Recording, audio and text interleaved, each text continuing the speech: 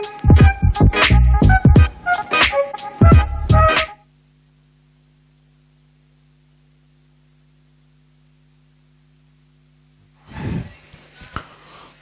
Good morning. चलिए start करते हैं।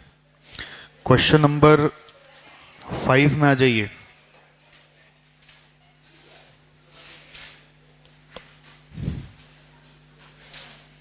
Question number 5, page 269। Question 5, page 269।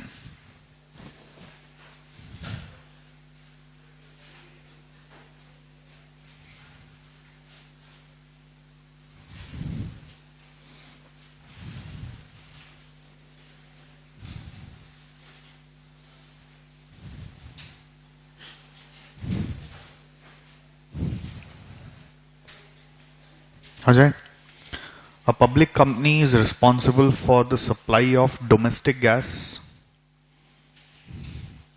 has been approached by several prospective customers in a rural area adjacent to high pressure main. Now what is this adjacent to high pressure main? ये क्या dialogue है? जैसे ये लोग को अपना एक transformer जैसा यूनिट बैठाना पड़ता है जहां से गैस सप्लाई होता है। मतलब बेसिकली समझ लीजिए जंक्शन है कोई, जहां पे स्टोर करके एक जगह से हाई प्रेशर से ट्रांसफर होता है। काइंड ऑफ ट्रांसफार्मर जैसे इलेक्ट्रिक का होता है, पावर हाउस जो एक पूरा कम एरिया को कवर करता है, वैसे high pressure main is that concept. High pressure main के आसपास के रूरल एरिया में उसको गैस सप्लाई करना है as a condition of licence to operate as a utility. Utility मतलब समझते हैं क्या? यूटिलिटी इधर जो वर्ड है इसका मतलब हुआ कि आप जो प्रोडक्ट बेच रहे हो उसका कैटेगराइजेशन यूटिलिटीज में होगा। जैसे कि हम लोग डेली हाउस होल्ड में इलेक्ट्रिक बिल को यूटिलिटी बिल्स बोलते हैं, गैस बिल को यूटिलिटी बिल्स बोलते हैं। ये यूटिलिटी बोलने से थोड़ा सा गवर्नमेंट उसके प्रति सब्सिडाइज रेट्स वगैरह रिलीज करता है for any government duties, and also sometimes उनको टैक्स बेनिफिट्स भी देते हैं, बट गवर्नमेंट उनके ऊपर कंडीशंस इंपोज करता है। वो कंडीशन है कि as a condition of its licence to operate as a utility, the company is oblige to respond positively to current needs provided the financial viability of proposal is not put at risk। मतलब licence बोल रहा है कि ऐसा जरूरत जो आया है रूरल एरिया में आपको उसको केटर करना है, but of course financial viability should not be put at risk. मतलब फाइनेंशियली फिजिबल हो तभी करिए। New customers are charged ₹250 each for connection to the system. Okay, ये जो बात हो रही है यहाँ पे गैस सप्लाई के, हम लोग के जैसे कैलकाटा में चलता है वैसा गैस सप्लाई नहीं है। कैलकाटा में रिफिल्ड सिलेंडर्स आते हैं जिसको हम लोग यूज किया करते हैं, बट मेनी सिटीज में पाइपलाइन बिछाया हुआ है। पता है ऐसा? बॉम्बे में तो बहुत ज्यादा ही है, अहमदाबाद में भी है, बहुत सारे शहरों में होने लग गया आजकल। कैलकाटा में भी कुछ कुछ जगह शुरुआत तो हुआ है। उधर क्या है कि अपार्टमेंट वगैरह में क्या होता है कि इन लोग एक सेंट्रल स्टोर हाउस बना लेते हैं अपना विद इन द अपार्टमेंट, और सेंट्रल स्टोर हाउस से पाइपलाइन हर एक फ्लैट में दे देते हैं। स्टोर हाउस में ये लोग गैस आके रिफिल करते रहते हैं। फिर घर में किचन में जैसे जो अपना गैस है यानी स्टोव है, उसमें जो लाइन जाता है गैस सिलेंडर का, उसमें वो पाइपलाइन का कनेक्शन फिट हो जाता है, और उधर एक मीटर लगा रहता है। जितना गैस आप कंज्यूम करोगे उतना ही मीटर होगा। जैसे हमारे घरों में क्या होता है कि हमें एलपीजी सिलेंडर रिफिल्ड वाला खरीद के रखना पड़ता है, जनरली एक एक्स्ट्रा में ही रखते हैं। तो एक तरह से वो लॉक हो गया ना मनी आपका। एक्स्ट्रा खरीद के रखते तो लॉक हो गया, इमरजेंसी में क्या पता काम आ जाए। और उसमें ऐसा पाइपलाइन वाला कॉन्सेप्ट में ऐसा नहीं है, जितना आप कंज्यूम करोगे उतना मीटर उठेगा और उतना का ही बिल आएगा। कभी कभी वो प्रीपेड सिस्टम भी होता है कि आप जितना का रिचार्ज करोगे उतना ही आप कंज्यूम कर पाओगे, और कभी कभी पोस्टपेड भी होता है कि जितना बिल आएगा उतना ही आपको बस पे कर देना है, आपको पहले से कुछ स्टोर करके नहीं रखना है। ठीक है, तो उसी तरह से यहाँ पे बता रहा है कि पहला बार कस्टमर अगर आएगा तो they are charged ₹250 each for one time connection. Once a meter is installed, a standing charge of ₹10 per quarter is billed. Standing charge माने फिक्स चार्ज, पर क्वार्टर ₹10 आप कलेक्ट करोगे। Charges for gas are levied at ₹400 per 1000 metered units. तो per unit 0.4 हो गया। Metered units आप समझ गए ना, मीटर लगा देते हैं, जितना आप कंज्यूम करोगे उतना ही बिल आएगा। A postal survey of the area containing, according to the rating authorities, 5,000 domestic units elicited a 40% response rate। ये लोग रूरल एरिया में पोस्टल रिसर्च किए, सबको चिट्ठी भेजा कि आपको ऐसा गैस फैसिलिटी चाहिए क्या। तो 5,000 लोगों को चिट्ठी भेजी गई थी, जिसमें से 40% लोगों ने रिस्पॉन्ड किया। 95% of those who responded confirmed that they wish to become gas users and expressed their willingness to pay the connection charge. So how many customers? 1900 customers से आपका 250 रुपीज करके वन टाइम कलेक्शन होगा। जैसे अगर मैं लिखूं one time collection charge company कितना collect करेगा, it is equal to 250 into 5,000 का 40% का 95%, कितना रुपया है ये? 4,75,000 rupees. Although it is recognized that a small percentage of those willing to pay for connection may not actually choose to use gas, it is expected that the average household will burn 50 metered units per month and there will be some seasonal differences। देखो, दो objection create किया इस line में कि जितना लोग one time charge पे कर रहे हैं शायद उनमें से सबको ही यूज ही ना करे गैस, एंड दूसरा बोलता है there will be seasonal differences. But ये दोनों पॉइंट का कोई मायने नहीं है जब क्वेश्चन बोलता है कि average metered units is 50। Average मतलब सबका एवरेज कर ही लिया गया है, तो वो दोनों पॉइंट बोलने का कोई मायने ही नहीं था कि कुछ लोग गैस यूज नहीं करेंगे और कुछ लोगों के यहाँ पे सीजनल डिफरेंसेस होंगे। तो बेसिकली आप ये समझो मीटर्ड यूनिट्स कितना होगा, आप ऐसा सोचो। मीटर्ड यूनिट्स अगर हम बोलें मीटर्ड यूनिट्स पर एनम कितना होगा बताइए। 1900 ग्राहक ने वन टाइम कनेक्शन दिया, बोलिए फिर इनटू 50 यूनिट्स पर मंथ होगा इनटू 12, इतना ही तो मीटर्ड यूनिट्स होगा। कितना आ रहा है ये? 11,40,000 यूनिट्स पर एनम। और मीटर्ड यूनिट से charges collected from metered units,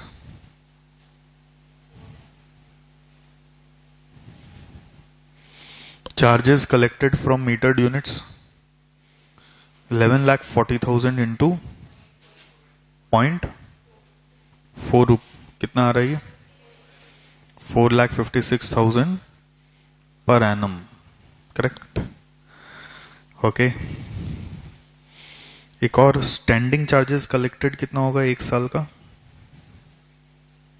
standing charges collected per annum कितने मीटर इंस्टॉल हो रहे हैं? 1900 पर मीटर, 10 रुपया पर क्वार्टर इंटू 4 क्वार्टर्स, कितना आ रही है? 76,000 per annum. I hope you are understanding कि दो अमाउंट पर एनम आ रहे हैं, बट ये वाला अमाउंट वन टाइम आ रहा है at the beginning of the project. Now the companies marginal cost of capital is 17% per annum. Now, if you remember, marginal cost of capital क्या होता है? Cost of capital तो सुना था sir, marginal cost of capital क्या होता है? Marginal word मतलब एक्स्ट्रा. एक्स्ट्रा मतलब कंपनी के पास ऑलरेडी अपना बिजनेस है जिसको वो एक कॉस्ट ऑफ कैपिटल पे चला रहा है. ये एक नया सेगमेंट बिजनेस में ऐड होगा, उसके लिए जो कैपिटल इन्वेस्टमेंट होंगे, वो कैपिटल इन्वेस्टमेंट का जो कॉस्ट ऑफ कैपिटल होगा उसको बोल रहे हैं marginal cost of capital. Word marginal cost of capital हम लोग जनरली वहां यूज करते हैं जहां पे नया कैपिटल प्रोक्योर किया जाएगा. ठीक है. And supplies of bulk gas cost the company 0.065 पर मीटर्ड यूनिट. जैसे डिस्ट्रीब्यूशन कॉस्ट भी है ना, तो that cost the company 0.065 per unit, पर मीटर्ड यूनिट. डिटरमाइन, क्वेश्चन क्या पूछ रहे देखना, अंडरलाइन करो. What the maximum capital project cost can be. Capital project cost का मतलब होता है initial investment. Initial investment can be to allow the company to provide the service required if wastage of 15% has to be allowed.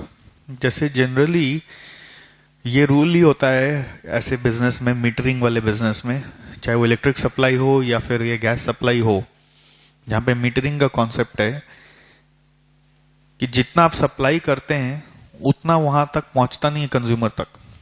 ये rule होता है. Vestiges होता है.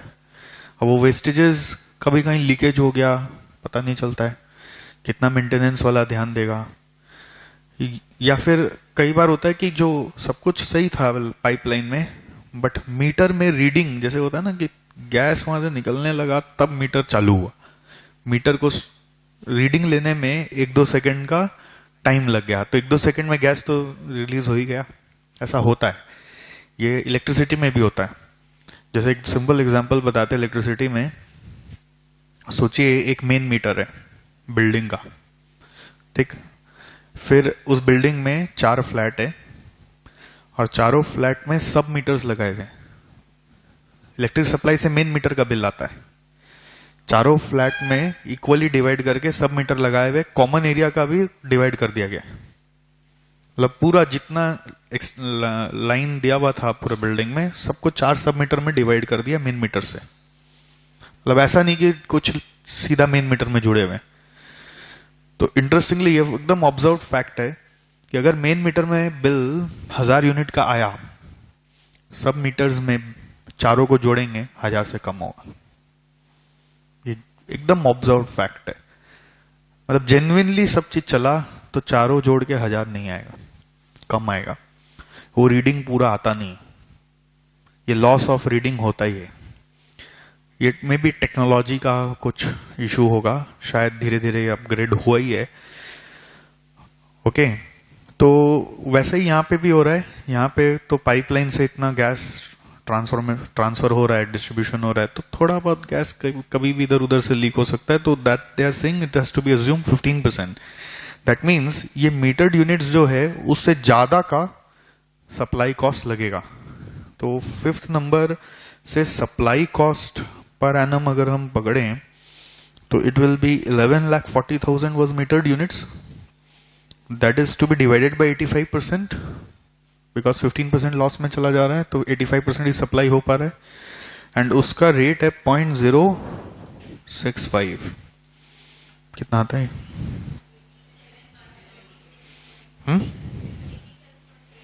87,176 per annum.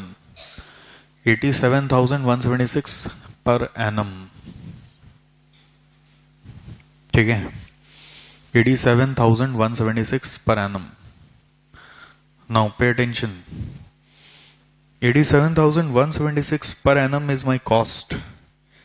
These two are my per annum revenue. So I can find per annum inflow. Inflow per annum, net inflow. रुको, net inflow per annum मिल गया. Question क्या पूछ रहा है, आपको बताना है इनिशियल इन्वेस्टमेंट प्रोजेक्ट का क्या होगा। सो दैट क्वेश्चन ने ये भी बोला कि आपका financial viability should not be put at risk, so that your question also asked maximum initial investment आप कितना कर सकते हो, करेक्ट। अब जब यहां पर मैक्सिमम इनिशियल इन्वेस्टमेंट की बात आ रही है तो हम उतना ही इनिशियल इन्वेस्टमेंट कर सकते हैं जिससे हमारा एनपीवी 0 हो जाए। ये ध्यान है आपको, ये बेसिक कॉन्सेप्ट। तो you just visualise this equation, maximum initial investment is that amount with respect to which my NPV is 0। तो एनपीवी 0 करने के लिए how will I write the equation, present value of cash inflow should be equal to initial investment।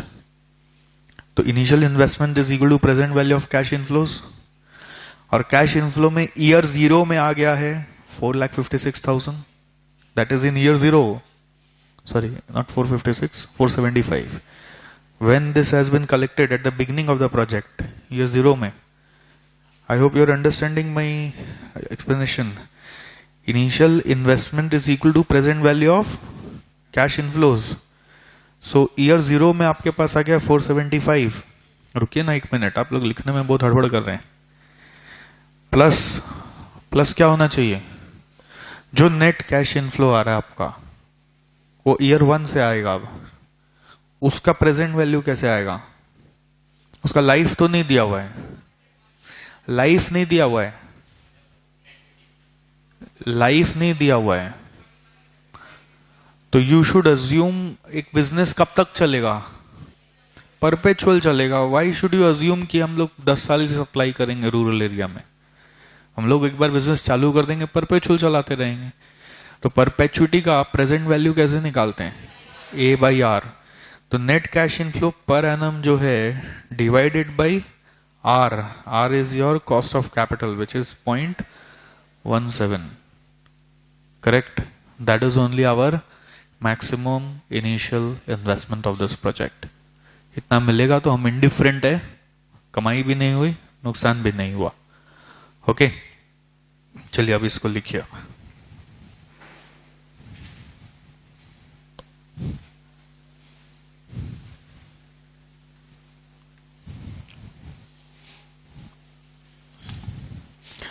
अब देखिए इस question का जो speciality था वो ये था कि कहां से कहां क्या घुस गया। एनपीवी की बात कैसे आ गई एसएफएम में, एसएफएम की बात कॉस्टिंग में घुस गई।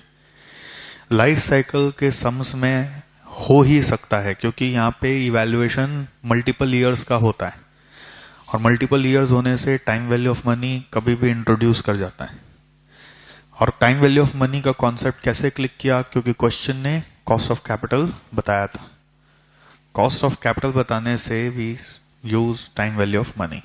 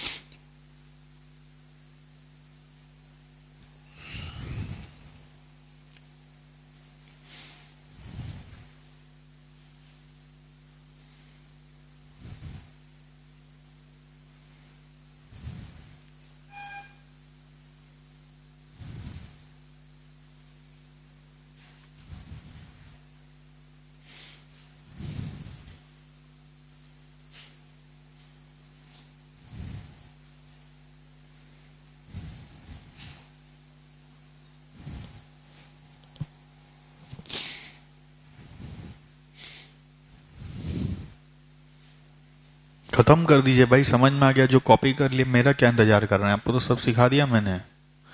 कॉपी करने का सिस्टम बना रखे एकदम।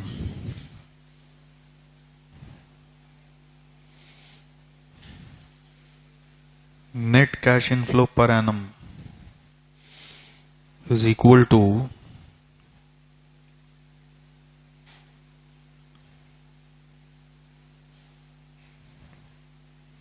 मीटर्ड चार्जेस कितना था 456. Standing charges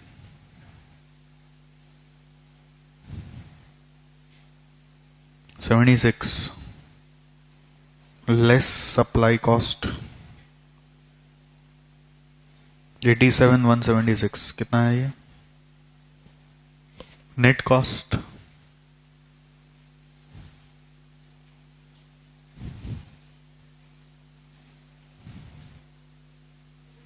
hmm 444 824. Net cash inflow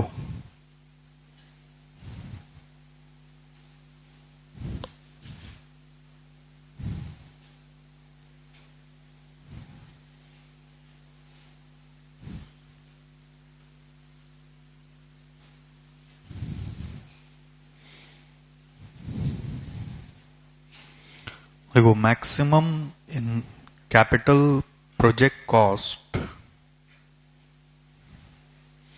is equal to maximum initial investment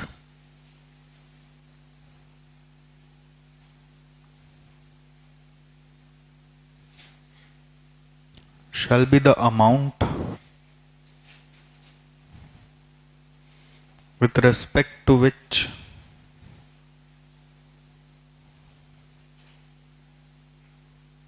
project's NPV is 0.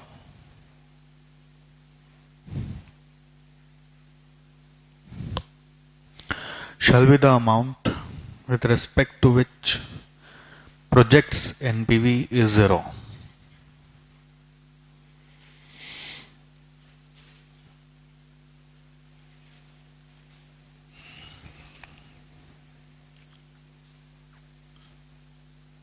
Okay. फिर as life of the project is not given,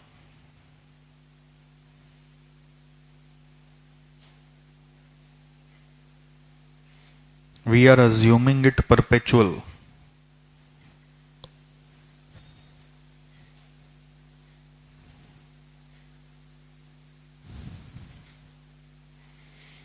We are assuming it perpetual.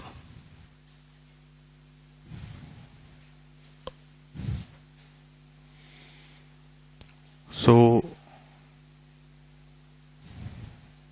for NPV is equal to 0, initial investment is equal to present value of cash inflows. So initial investment is equal to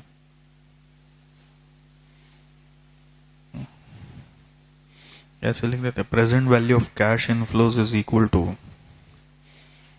year में 0 है, cash inflow 4,75,000 है, इसका present value भी 475 है, और year 1 से infinity में 444,824 है, जिसका प्रेजेंट वैल्यू 444,824 डिवाइडेड बाई 17% होगा. कितना आ रहा है? हो सकता है कुछ बच्चों को ये पता नहीं है, अभी भी वो डाउट में है कि ये कैसे हो रहा है, 444,824 बाई 0.17 कैसे हो रहा है. हो सकता है नहीं पता है तो थोड़ा एफएम का क्लास होगा आपका तो पता चल जाएगा. कितना आ रहा है? 26 16 612 टोटल 30 91 612.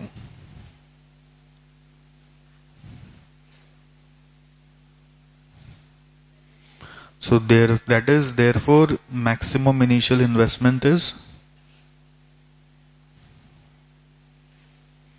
rupees 30,91,612. ठीक है.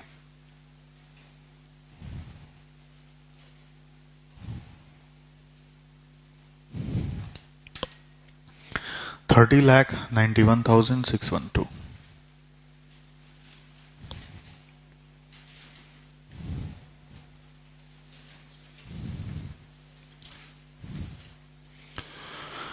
आइए क्वेश्चन 7 में चलते हैं।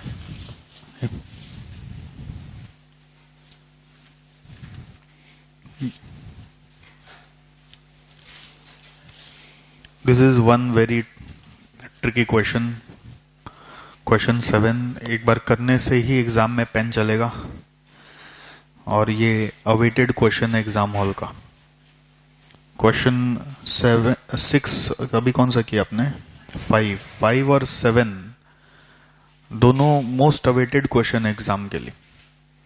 सर 6 का क्या हुआ? 6 हुआ है। हाँ 6 हुआ है सर। कब हुआ सर? अरे भाई कब हुआ बताओ इनको। क्वेश्चन 1 और 6 एक ही है, खाली नाम चेंज है।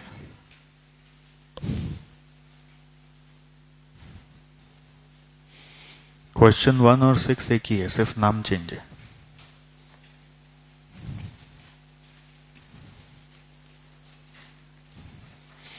क्वेश्चन 7 में आ जाइए, important question. Blue mountains limited has developed a new product K2 which is about to be launched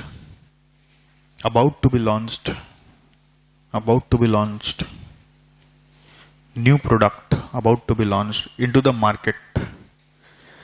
Company has spent rupees 30 lakhs on R&D of the product. My God. It has also bought a machine to produce K2 costing rupees 11,25,000 with a capacity of producing 1100 units per week, and machine has got no residual value. तो basically आप देखिए दोनों initial investment ही हो गए 30 लाख और 11,25,000। The company has decided to charge price that will change with the cumulative number of units sold. Pay attention, बहुत ध्यान से देखिएगा। Cumulative sales 0 to 2200 हुआ तो प्राइस 750, मतलब दो वीक का प्रोडक्शन है ये। फिर 2201 से 7700 हुआ तो प्राइस कम कर रहा है 600। फिर और बिका 7701 से 15950, तो प्राइस कर देंगे 525। क्या कर रहा है कंपनी? स्किमिंग। जैसे जैसे सेल बढ़ रहा है प्राइस गिरा रहा है। 59,951 एंड अबव जाके 300 ले आएगा। Based on these selling prices it is expected that sales demand will be as shown below. ध्यान से, पहला 1 to 10 वीक्स आपका डिमांड होगा 220 यूनिट्स पर वीक। आपका कैपेसिटी 1100 यूनिट्स पर वीक का, बट पहला 1 to 10 वीक आपका प्रोडक्शन सेल्स डिमांड 220 ही होगा। ध्यान दीजिएगा, कैपेसिटी है 1100 यूनिट्स का, but you will be able to sell only 220 units per week. Correct? मतलब आपका कैपेसिटी का बस 20% यूज होगा, बिकॉज प्रोडक्ट इंट्रोडक्शन फेज में। ठीक है, इसमें कितना यूनिट्स हो जाएगा 1 to 10 वीक्स में? क्यूमुलेटिव यूनिट्स कितना हो जाएगा? क्या? 2200। एक वीक का 220, तो 10 वीक का लिखिए ना दादा। से नहीं पढ़ा जाता है, हाथ बांध के पढ़ाई करने से नहीं होगा। वहां बुक में मार्क करिए, लिखते रहिए, सर जो बता रहे कनेक्ट करिए। 2200 यूनिट बिका, तो डिमांड कोई अपने वीक्स का टोटल डिमांड में ले जा रहे हैं 2200 यूनिट। उस समय सेलिंग प्राइस क्या होगा वो कनेक्ट करना। 750। ठीक है, सेलिंग प्राइस इजीली समझ में आ रहा है, बट आप डिमांड का क्यूमुलेशन देखना। फिर 11 से 20 होगा, यानी और कितना वीक हुआ? 10 वीक हुआ। रुको हड़बड़ क्या है? 10 वीक हुआ ना। रुको, आप मत लिखना, मैं यहां लिख रहा हूं। 1 से 10 वीक का डिमांड कितना हुआ? 2200, ठीक। 11 से 20 का डिमांड, हाँ अबे क्या कर रही है, 550 पर वीक है। कितना वीक हुआ है यहाँ पे? तो कितना हुआ? 5500, यही बोल रहा था। तो क्या बोल रहा था? तो क्यूमुलेटिव डिमांड आपका, ये वाला डिमांड क्यूमुलेटिव नहीं दिया हुआ है, ये तो हर वीक का डिमांड दिया हुआ है। सो क्यूमुलेटिव आपने 2200 बेचा और यहाँ पे अब आप प्राइस खाली जज करते रहिएगा। प्राइस 2200 तक का 750 होगा, करेक्ट। लेवल मिलाते रहिएगा और यहां से यहां तक का जो डिमांड है 600 होगा। I hope you are understanding. 600 जो प्राइस आ रहा है, रुकना, मानता नहीं लिखना से, सीखो। क्या कर रहे हैं सर? सुनो, कॉपी में कौन लिखने बोल रहा है? दिमाग कॉपी में चला जाएगा, सर जो बोल रहे हो समझ में नहीं आएगा। एक एक सम का बहुत सारा एंगल होता है, डर मत। तुम सामने बैठा था, तुमको मोहरा बनाया, पीछे भी 10 लोग डर गया। सुनते नहीं है लोग, क्या करेगा? तो सामने जो बैठा उसको फंसा देते हैं। ठीक है, ध्यान से दीजिए, ध्यान से दीजिए। 2200 यूनिट जब आप क्यूमुलेटिवली बेच रहे हो तो प्राइस है 750। 7700 यूनिट जब आपका क्यूमुलेटिव हो रहा है तो प्राइस है 600। तो रेवेन्यू क्या 600 इंटू 7700 है? नहीं, हाँ यही बताना था। 600 जो है वो 2201 से, वो स्लैब देखते रहिएगा, 2201 से 7700 का, करेक्ट। फिर देखिए 21 से 30 डिमांड आ रही है 825 करके, कितना हुआ? रुकना रुकना, 8250 हुआ, ठीक। जोड़िए, मैच हो गया क्या? चलिए अच्छा, कितना आ रहा है? 525। 31 से 70 कितना आ रहा है? 1100। ये 40 वीक है। 31 से 70 40 वीक हुआ। 31 से 70 40 वीक हुआ। तो 4400 हो रहा है, 44,000 हो रहा है। ये जोड़ रहे हैं, मैच हो रहा है। ओके ओके, 44,000 59,950 क्या प्राइस आ रही है? 59।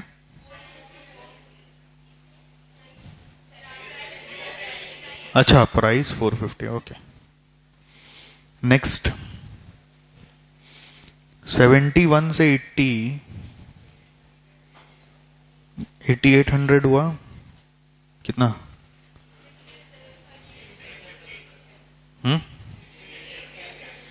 तो इसमें अब सेलिंग प्राइस का टेंशन नहीं है, वो 300 फिक्स कर दिया इन्होंने।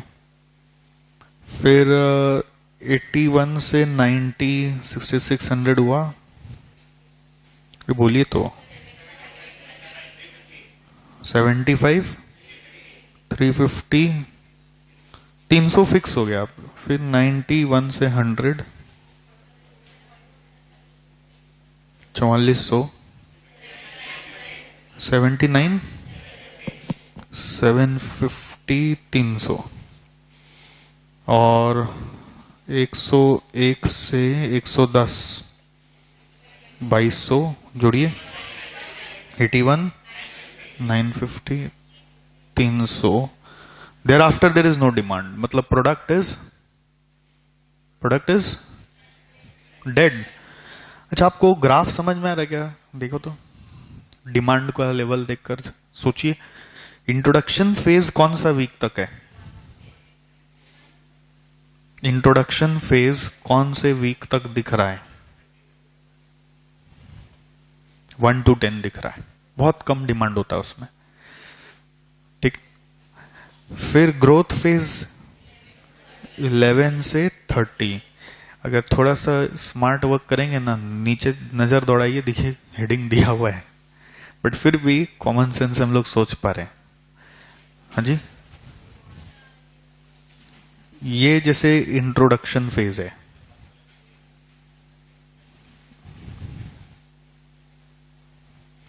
इलेवन से 30 हमें ग्रोथ फेज दिख रहा है। फिर मैच्योरिटी फेज कौन सा है? यस, ये मैच्योरिटी है, गोल्डन पीरियड।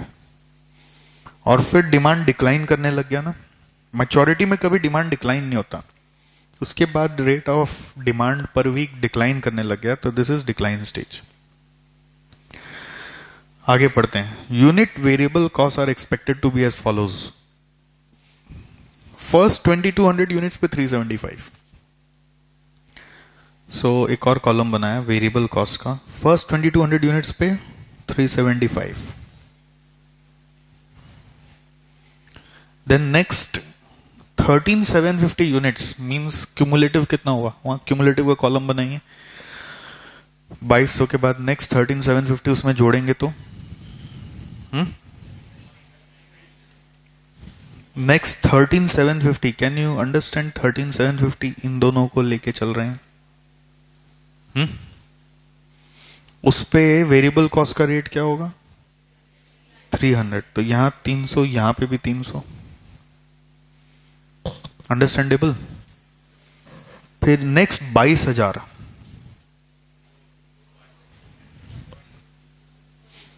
ये 44 हमने एक साथ लिया था क्योंकि इसका सेलिंग प्राइस 44,000 का एक ही था, ठीक। अभी यहां पे वेरिएबल कॉस्ट को देख रहे तो दो पार्ट में दे रहा है, नेक्स्ट 22, नेक्स्ट 22। तो इसको अपन चेंज कर रहे हैं।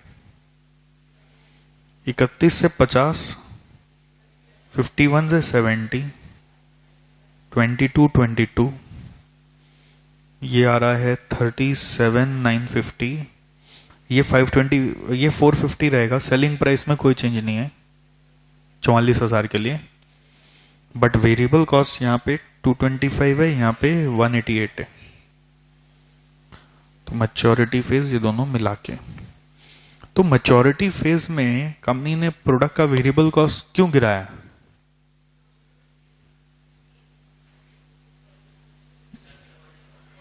अरे गिराया क्या, गिर गया होगा, क्यों?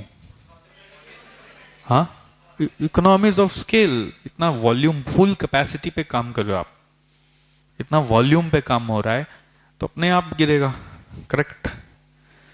Next thereafter it is 225, तो खत्म हो गया टेंशन, यहां से 225 ही है, fine. Now BML uses just in time production system, मतलब नो स्टॉक, नो स्टॉक। जितना ऑर्डर आएगा उतना ही बनाएंगे, उतना ही बेच देंगे। Following is the total contribution statement of the product K2 for its introduction and growth phase. ये लोग बता रहा है इंट्रोडक्शन फेज था 1 to 10 और ग्रोथ फेज था 11 to 30, जिसमें यूनिट्स प्रोड्यूस एंड सोल्ड आप अपना टेबल से अंडरस्टैंड करिए। 2200 सही है।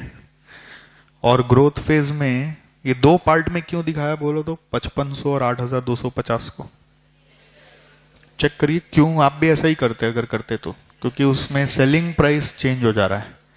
तो सेलिंग प्राइस आप स्टडी करिए इनका 750, 600, 525, वेरिएबल कॉस्ट 375 पहला वाला में, ठीक है ना।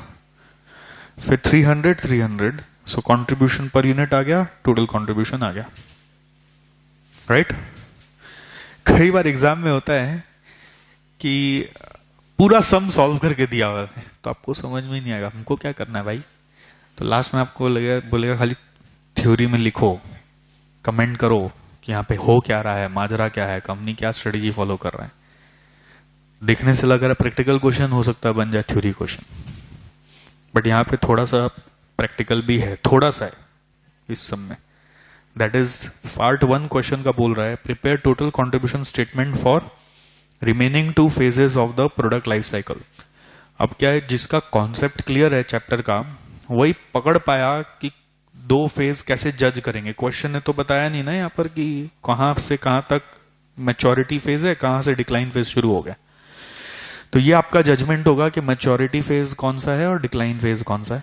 करेक्ट? तो हमने तो मार्क कर रखा है, उसका आपको टोटल कंट्रीब्यूशन शो करना है। Second, discuss pricing strategy of product के टू। क्या स्ट्रेटेजी फॉलो हो रहा है यहाँ पे? स्कीमिंग, उसके बारे में थोड़ा सा डिटेल लिखना है। एंड फिर और कमेंट पूछ रहा है, find possible reasons for changes in cost during the life cycle of the product.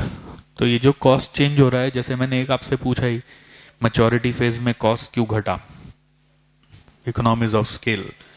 और उसके बाद देखिए डिक्लाइन फेज में कॉस्ट क्यों बढ़ा, इकोनॉमी चला गया। और advertisement to sell your products, to maintain brand loyalty and all, to give more incentives to your agents, right? बस यही सुना हुआ है तो भी काम हो रहा है। आप देखिए कोई ऐसा प्रेशर नहीं है दिमाग में। चलिए अब ये टेबल आप बनाइए। बहुत देर से हाथों में आपकी खुजली हो रही थी, खुजली मिटाइए।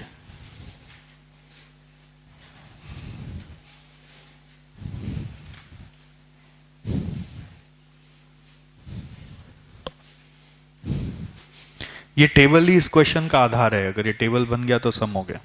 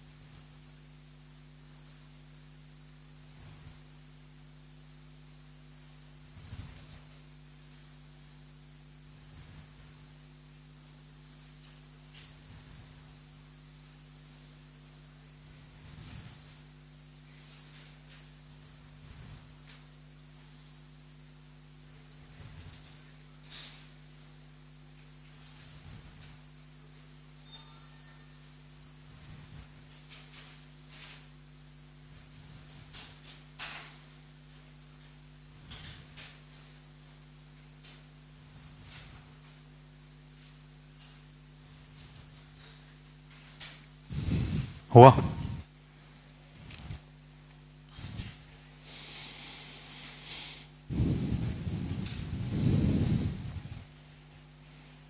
Solution to part 1.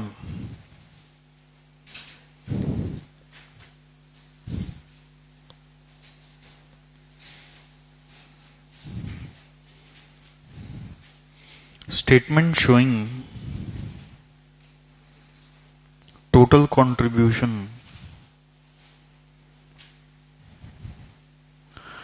for maturity and decline phase.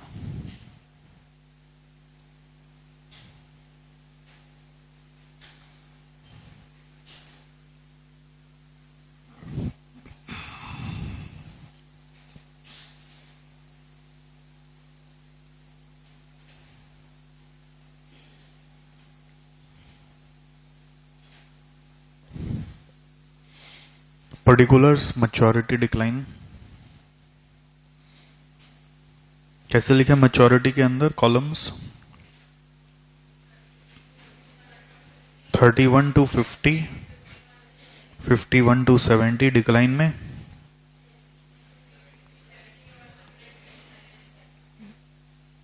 71 to 110 weeks.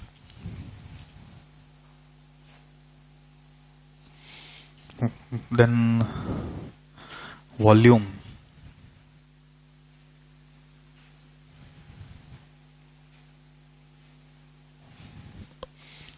Volume.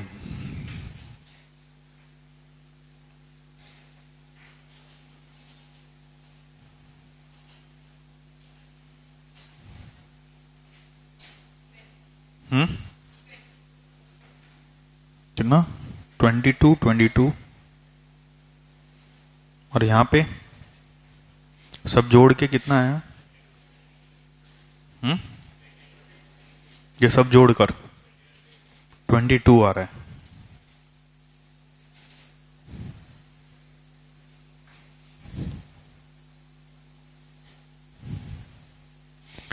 Selling price per unit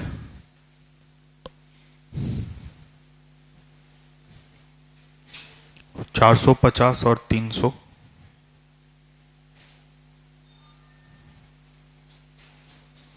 अरे माफ कर दो यार, माफ करना है. Variable cost per unit 225, 188, 225. Contribution per unit कितना? 225, 362, 262, 75. Total contribution.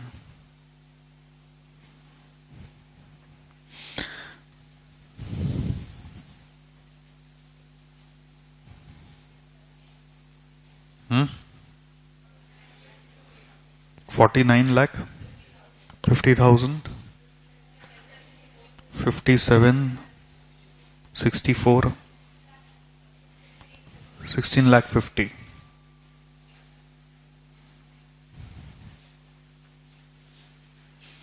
ठीक है. देन क्वेश्चन बोल रहा है प्राइसिंग स्ट्रेटेजी पे कमेंट करिए. लिखिए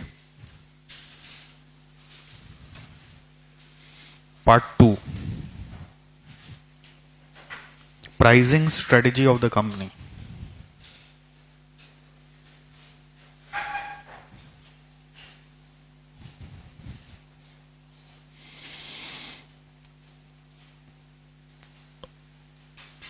Here BML is following the skimming pricing strategy. Here BML is following the skimming pricing strategy. Next paragraph. Under this strategy,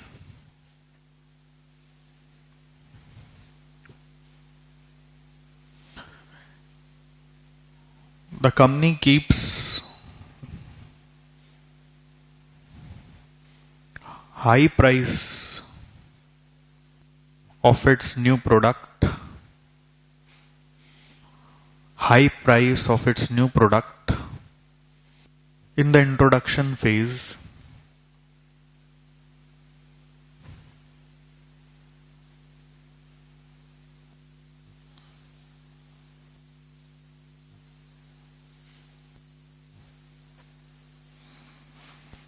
and for subsequent phases,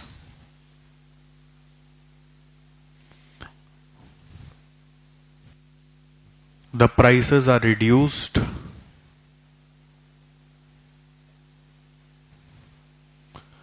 and for subsequent phases the prices are reduced to capture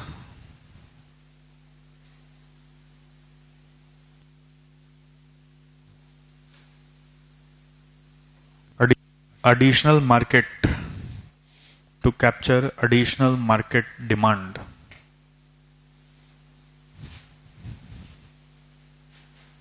ठीक है, अब इसमें एक चीज और लिखने का है जो आपको बताना चाहिए कि कौन सा फेज में कैसे प्राइस रिड्यूस हुआ।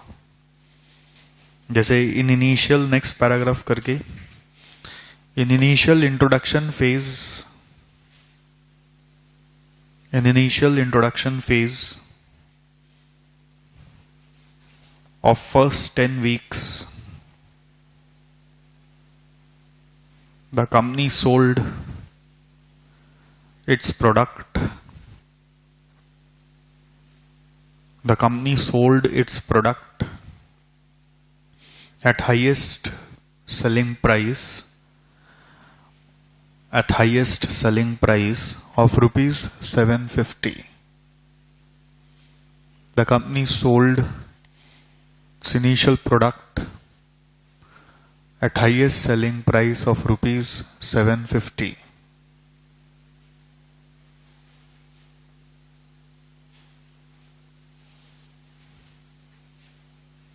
ठीक है,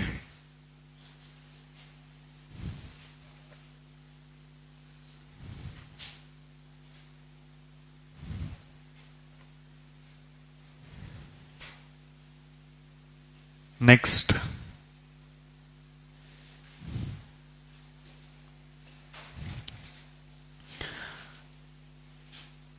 during its growth phase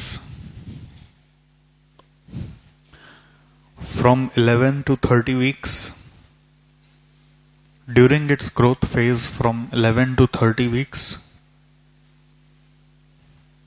comma, it reduced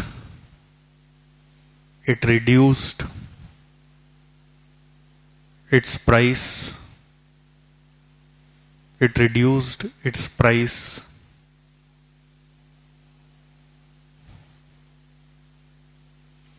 twice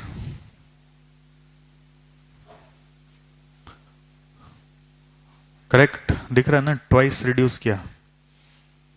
next paragraph,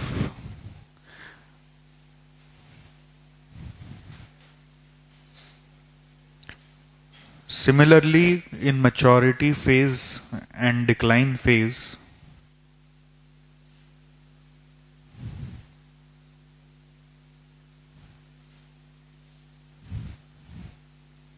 the company earned substantial market demand. The company earned substantial market demand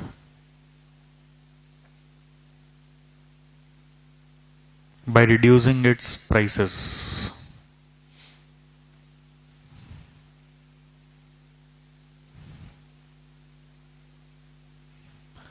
चलिए लास्ट पार्ट 3 में आ जाइए।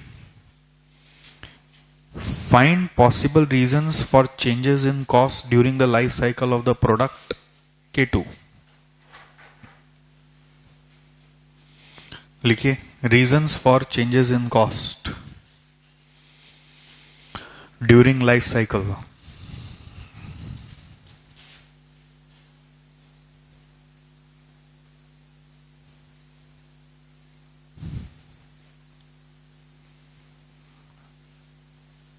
लिखिए, from introduction to growth phase,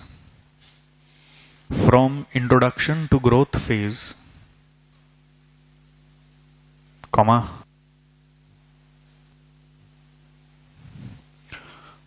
the cost, the variable cost per unit must have reduced due to learning experience,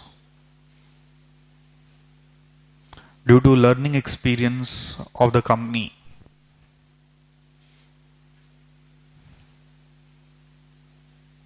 Tick.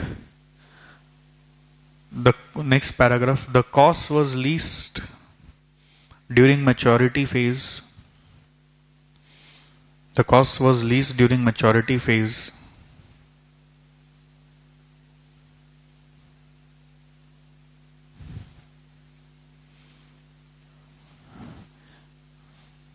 Which may be due to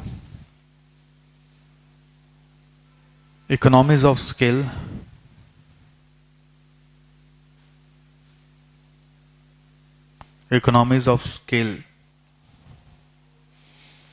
and improved supply chain,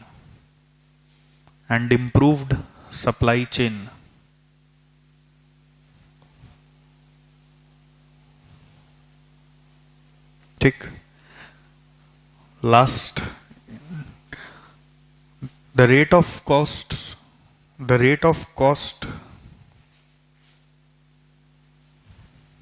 increased during decline phase.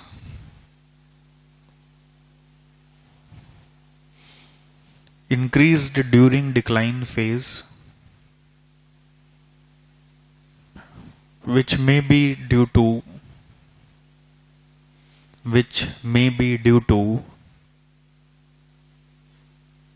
additional sales promotion expenses, offers, discounts,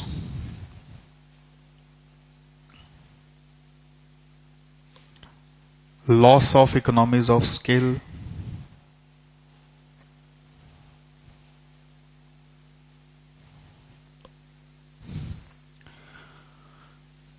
and similar reasons. ठीक है? So this is done. हो गया?